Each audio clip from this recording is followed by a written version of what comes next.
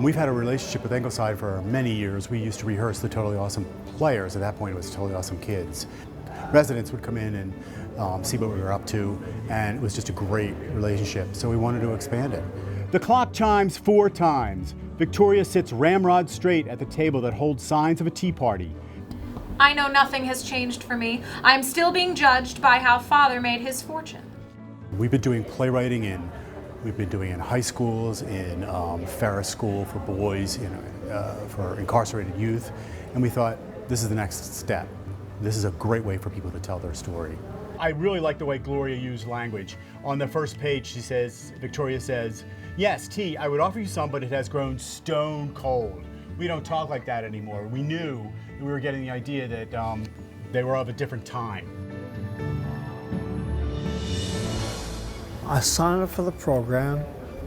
It's been excellent. Every week we wrote stories, then we got them back, staff reviewed them, I typed them, we talked about them, wrote more. Week after week, Charlie would say, keep writing stories. Right, good job. This is my 3rd time. What I like about it, because I didn't know I could do it. You just don't realize how much you know or how much you have when you just get caught up in the story. Thank you all for coming. We are going to tell you some stories that we find very important. We're going to tell you through monologue and through plays. The Wedding Dress by Barbara Wilhide. It was Saturday evening. Well, I've known Charlie because I've done a couple shows down there, and I've helped him with his little children's program in the summertime, and it was exciting. It was wonderful to see Charlie and work with him again, and so I've thoroughly enjoyed this. I really do. But then I enjoy life anyway. Justin, one of the young men here, I did it verbally. He recorded it and then he transcribed it. You know, I hadn't done anything like that before, so, I mean, he made it, his touch is like magic. Flat out in that position that he was falling. The instructor is superb. The support people that work with him are excellent. It's top shelf stuff. It gives a way for them to look at their lives and sort of celebrate through storytelling. You know, these people have lived an amazing life, and we just get a touch of it in their plays. And, you know, they just start with a writing exercise, and all of a sudden they've got an unbelievable story to tell.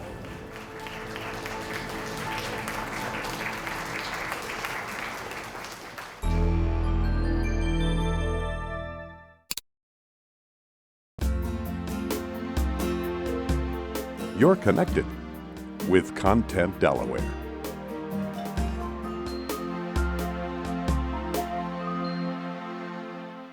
We're here with Kate Gugerty today, holistic health and wellness coach. It's wonderful to have you here. Tell us what that means, holistic health and wellness coach. How do you help women, how do you help families with their wellness and their health? As a holistic health and wellness coach, I basically work with clients and groups of women, any groups actually, that would like to change their lifestyles in a healthy manner and really look beyond just what's on their plates, but really look at the overall, their overall lifestyle practices and patterns and behaviors. So we look at 2 things. We look at the food, but then we look at the other parts of their lives, whether it be their career, their spirituality, their relationships, their physical activity levels, so that we can marry everything together to create a really successful plan for wellness for the long term. So for some people, I know they feel like it's a sacrifice, you know, to start eating that way, or they have to give up ice cream or give up a glass of wine here and there, or give up, you know, sugar or desserts. Do you see it that way, or is it a total sacrifice? You know, how do you approach that? I see it as pure pleasure, Carla. Okay. I really do. I think it's an absolutely inspiring and creative experience to really change your lifestyle, because what really winds up happening for most people is that they really do feel the benefits inside their body. They think clearer. They can sleep better at night. They might lose some weight. It's not always guaranteed, you know, but they'll lose weight or they'll feel less stiff in their joints. So it becomes a collective change for people where it might even be something that they weren't expecting, but they feel better, inside, and it really relates to how they're feeling out, on the outside, and how they relate to their world every day. One of the health crises I understand, facing our nation, facing our world, is our resistance to antibiotics. What can we do about that in terms of, eating more healthfully to help the natural flora in our systems? Well, that's a really good question, Carla, because it is a real problem. 80% of the antibiotics that are sold in the United States go to factory farming. So the food sources is a really important source of that exposure that people aren't even aware that they're exposing themselves. You mean to animals or to animal is that health, right? Okay. To keeping animals healthy. Wow. So a lot of the foods we eat already have antibiotics in them. Right, and we're not even aware of that. So then if you couple that with, being sick and needing to go on an antibiotic, then we're not aware that our environment has already been compromised, in terms of its immune system and all of that. So my family's a family that loves to cook, and we love to make special concoctions, of healthy foods, whether it's a smoothie or a parfait or something like that. So I understand you actually brought some things with you today to make us some smoothies. I did. Probably ingredients nobody would ever expect to put in a smoothie. Yes. So how about we go into the kitchen and you can teach us how to make smoothies. That sounds perfect. All right, I'd love to. Great, let's go. Wow, look at these ingredients. They're so colorful. Well, Carla, I always encourage clients to eat the colors of the rainbow whenever they're choosing their foods. And one of my favorite things to do to encourage people to do that is have a smoothie, because it's the best way that you can combine lots of different ingredients and really get a lot of whole foods into one sitting, whether it's a snack or a meal or however you want to use it. So are those sweet potatoes? They are sweet potatoes. Sweet potatoes in a morning breakfast smoothie. That will be interesting. I can't wait to try that. I think you'll like it. I think you'll be surprised. Well, You want to get started? Let's do it. Sounds great. Well, we have one whole sweet potato that we're going to put in, and I like to keep the skins on. If I'm using an organic sweet potato, I definitely keep the skins on, but they also have extra fiber, and also they'll keep you fuller longer, in addition to everything else that they do in their beneficial vitamins and minerals. But the interesting thing that we're going to do now is put in almond milk. Most people really like to use regular milk or yogurt in their smoothies, and that's great, but this is just an alternative if you wanted to kind of keep it dairy-free. And are there other kinds of milk you can use as well, like hemp milk? Or Absolutely. You can use rice milk, you can use hemp milk, you can use soy milk, you can use coconut milk. Or regular milk if you want. Or regular milk, exactly. Okay. It really is up to everyone's taste. So the next thing that we're going to add is some cinnamon. We need half a teaspoon of ground cinnamon. And the thing that's really, people always equate cinnamon with breakfast, with all the nice cinnamon cereals and things like that. But it's also anti-inflammatory, and it keeps your blood sugar maintained too as well. So it really can be a little powerhouse in that little sprinkle that you get whenever you're adding it to something. I never knew that. That's good to know. As well. So when I do this, I add a banana for sweetness. Bananas are great. So would you like to add that? Sure. Bananas are great as your natural sweetener. You don't really need a lot of extra sugar or sweeteners if you have a mashed banana. And it really is a simple secret to add to anything to make it sweeter if you want to stay away from refined sugars. The next thing we have is vanilla extract, because it, again, enhances the sweet flavor without the use of refined sugars. So we're going to use 1 teaspoon of that. Do your kids like to eat this? They love it. Wow. And the big surprise is always the last ingredient that we'll add after the honey, which they always like, but will be the addition of the greens into the smoothie. You're going to tell me the spinach is going to go in there. Absolutely. And the kids love it. They do. I promise you that. You sound doubtful on that. Well, so I am adding a little bit of honey. When you think of smoothies, you often think of berries and bananas and all the sweet fruits. Absolutely. But you don't often think of the greens. But what a great way to get healthy greens into your kids. Right. And everybody always thinks, like you said, fruits. But this is predominantly vegetables. Right. So no one thinks veggies in the morning.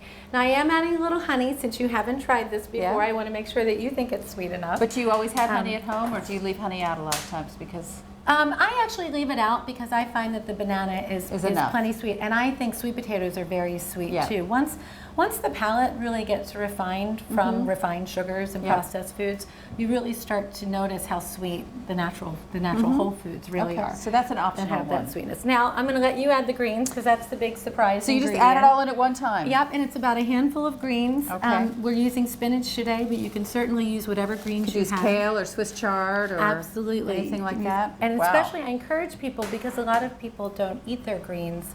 They go bad in the refrigerator and they complain because they've made the investment. But if you just find ways to incorporate it into other things, then you'll save some money too in the long run and be healthy, eat healthy. So I'm going to turn this on and we're just going to add it. We're going to put it all in the mixer and let it go.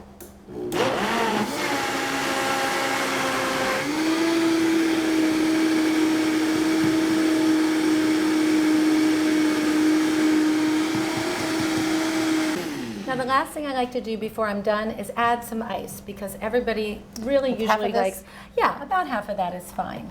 It really is up to you. Some people like their smoothies to be more room temperature. Some people like them really cold, so it feels like a nice frozen treat. I guess it makes it a little less thick too as you're drinking it. It does, it does. It can dilute it for you as well. But the funny thing is that some people enjoy the thickness because that makes them feel fuller. Okay. Too. It makes them feel like they're having a little bit more of a meal and not drinking their breakfast or their snack.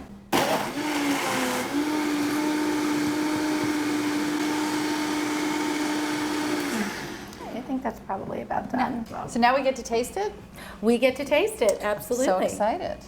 It's nice, it has that nice green and orange color mixture. So, if your kids are a little bit afraid of it, you have to have them taste it. Blindfolded? Exactly, exactly. Looks a little bit like split pea soup. It does, but it But I doesn't love taste split like pea it. soup, It's very so- funny. All right. So, Cheers. Cheers. To good health. to your health. Wow. It's fantastic. Delicious, isn't it? Really good.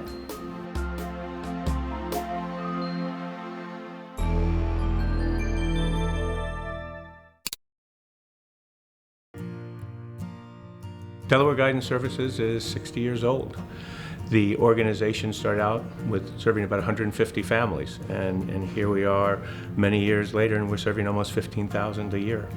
I think really life has gotten much more complicated. The level of stress that most people experience these days is much greater than it had been in the past. And the result of that is that more and more kids are having a hard time adjusting, whether it's at home or school, in the community. Without getting some help for that, the chances are that will continue with them through adulthood. The problem may change in how it looks, but it's not going to go away. And it'll be something that'll be baggage that will be with them forever. And that's going to then impact everyone that they're around. And so that it really then affects the quality of life for all of us. There are so many situations that a family experiences that could be an accident, could be a divorce, could be financial stressors that causes a family to feel stressed out, and then the child doesn't get her need or his needs met, and then we have a child with behavioral problems. The good thing about the treatment that we offer in Delaware Guidance is that we connect with the parent and the child, we help them to reconnect with their kids, and we have a lot of parents that they tell us how happy they are that they are enjoying their child again. If we have more resources, I would like to have more support for parents and family regarding recreational activities. We work with children from the ages of 6 to 17. It's an intensive program because of the hours are 6 to 10 hours per client per week. We also do home, school, and community contact, which every program does not. And one of the key elements is that home piece. We actually work in the home with our clients and their families. A lot of our kids are coming in with the common issues as far as aggression, anger management. They prove to themselves through this treatment and working with our IOP team and DGS in whole that with the supports, they learn to believe in themselves and they learn to work hard and they learn to trust their families so that they can be successful, not just with us or not just in our office or not just in school, but in life in whole. If we had more resources to help our children get into community programs, it would definitely benefit their social skills. You might have a client that's in outpatient services who's not functioning well at school or completing daily functions or is very aggressive, might have legal problems, and then they get referred to a program like day treatment, which will stabilize their school behaviors, help them with social skills, learn appropriate ways of coping with anger, addressing trauma, maybe attachment issues and things like that. We have the student all day long. So they come to us at 8:30 in the morning and they leave at 2 o'clock. They usually stay with us anywhere from 3 up to 9 to 12 months, depending on the need of the child and how long it takes us to stabilize their behaviors. But by the end, they're doing what's expected of them in terms of academics. They're listening to staff's directions. They're functioning if we go into the public. They are working better with their parents and listening better at home. We see them come a long way and they prepare to go back to school. We're busier than ever statewide. We've seen our numbers increase dramatically over the last year, 2 years, 15 to 20%. If these kids go untreated, they become adults and have children who experience similar problems, similar issues. When there's a crisis, there's an opportunity for change. A lot of these families, they may be going through some difficulty for long periods of time. The child may present with a crisis, a hopeless, feeling suicidal, and that may seem like a devastating event, but for a lot of families, it becomes a point where they can make changes, get the help they need, and move on to success. With more resources, we could see more kids. Delaware Guidance provides school counselors for many of the Christina elementary schools, and we also have outpatient therapists who go to different schools in the city of Wilmington. Instead of identifying children as having discipline problems, to really look at what might be behind the discipline problems. Our counselors are incredibly busy in the school setting. We have so many referrals and so many children that we want to get to, that we feel we need to get to. And if we had more financial resources and more of other kinds of resources, we could serve lots and lots more children. As I think about the impact that Delaware Guidance Services has on the community, on the families, first off, about 90% of the kids that come to see us, when treatment's done, their families tell us that things are going a lot better, that the child's adjusting better, that the problem is being worked through. And that's in itself remarkable. And that speaks to the children are really resilient and that treatment works. And if you help the child in the right way, at the right time, the child's going to be successful. And so when DGS is working with kids and the work that we're doing, and if her family really were to come to me and say, you know, I'm having all these problems, is there hope? And my answer is, of course there's hope. And a place like this is a place that helps to make that hope occur.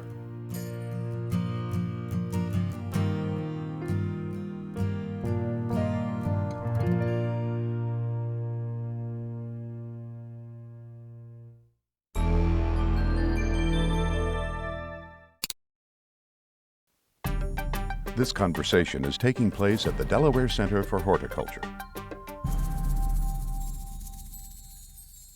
We're at the Delaware Center for Horticulture talking with Charles Madden. Charles is the executive director of the Wilmington Hope Commission, which was founded in 2006 to deal with what was then, a lot of trouble in the city of Wilmington. Mayor Baker proposed this commission, and it's been working ever since to seek solutions for our urban area. Welcome, Charles. Thank you, John. Thanks for having me. Tell us what the Hope Commission is. I've given a 20,000 feet. Bring us down to 5,000 or 4,000 feet, or to ground level. The idea, I think, was to really try and bring together a bunch of partners to help figure out a way to address those underlying causes of violence here in the city of Wilmington. Our first and signature project was in Southbridge. We took the community of Southbridge and looked at ways to reduce violence in Southbridge with the idea that we could sort of expand that model across the entire city. what we learned fundamentally is that to do so, it's resource laden. It takes a lot of resources to do the things that are necessary to sort of rebuild these communities, because many of these communities that are affected by violence are broken, to say the least. But in Southbridge, there are a couple of things that I think is important to point out. When we got to Southbridge, it's a community that's very proud. It's a community that's very different in many respects than other communities. It's isolated. Many of the residents of Southbridge are generational, so they're not as transient as some of the other populations across the city. People who have lived in Southbridge, their grandparents, their great-grandparents lived in Southbridge, so there's a lot of history and pride in that community. Well, and they have a neighborhood house, which is a very stabilizing factor in that area. Very much so, and when we went into Southbridge, that was our first partner, to look at neighborhood house and see what they were doing and how could we build their capacity. And essentially, the short story is this. We went in looking at violence. We formed a number of different collaborations with law enforcement, with social service agencies, with the schools, with our state partners. And there are three things I'd like to point out about the work in Southbridge. One, there was a reduction in violence in the time that we're in Southbridge, statistically reduction in the number of violent crimes in that community during our time in Southbridge. Secondly, there were a number of very important and sustainable strategic partnerships that were formed as a result of the Southbridge project. And then finally, we take some credit for this, but this is again a result of a bunch of partnerships. Albert Palmer, which is the only school in Southbridge, at the time was outperforming its sister schools, Stubbs and Bancroft, from a disciplinary and academic perspective. Has the level of violence stayed low since you've withdrawn? Has it been sustainable? No, it hasn't. And unfortunately, I haven't looked at the numbers recently, but anecdotally, those numbers are increasing. We've had a couple of violent acts over the past couple of years in Southbridge that were not the case during our time in Southbridge. How do you deal with that? I mean, okay, Southbridge was, the model that you were going to use to move to the east side, the near west side, northeast, where one might argue the problems are in several times factor worse than in Southbridge. So what do you take away from that if it isn't sustainable? How do you make it sustainable? Of all of the great things we did in Southbridge that I mentioned earlier, one of the challenges that I thought we were facing is there is a dearth of men in these communities. Statistically speaking, there are communities where as high as 60% of the men are either incarcerated or on probation or parole. Now, for me, probation and parole, or being on probation and parole in of itself is a challenge, because in many respects you're legally discriminated against. I mean, you are barred from certain services. You're barred from financial aid in many cases. So there are a lot of things that if you were willing or wanted to change your life, that you're barred from doing so. And so we have got to sort of look at how we continue to punish people beyond their stay of incarceration. So that once they've served their time and repaid their debt, it's time to start over and we ought to give them a chance? Yeah, there's a balance to that. There absolutely is a balance to that. And I think a lot of the conversations nowadays talks about risk assessments. And I think they're important because we've got to really figure out who are a danger to our communities and who those who've made some mistakes and can be rehabilitated and then can be productive members of our community. Thank you, Charles. Thank you, John. You're connected with Content Delaware.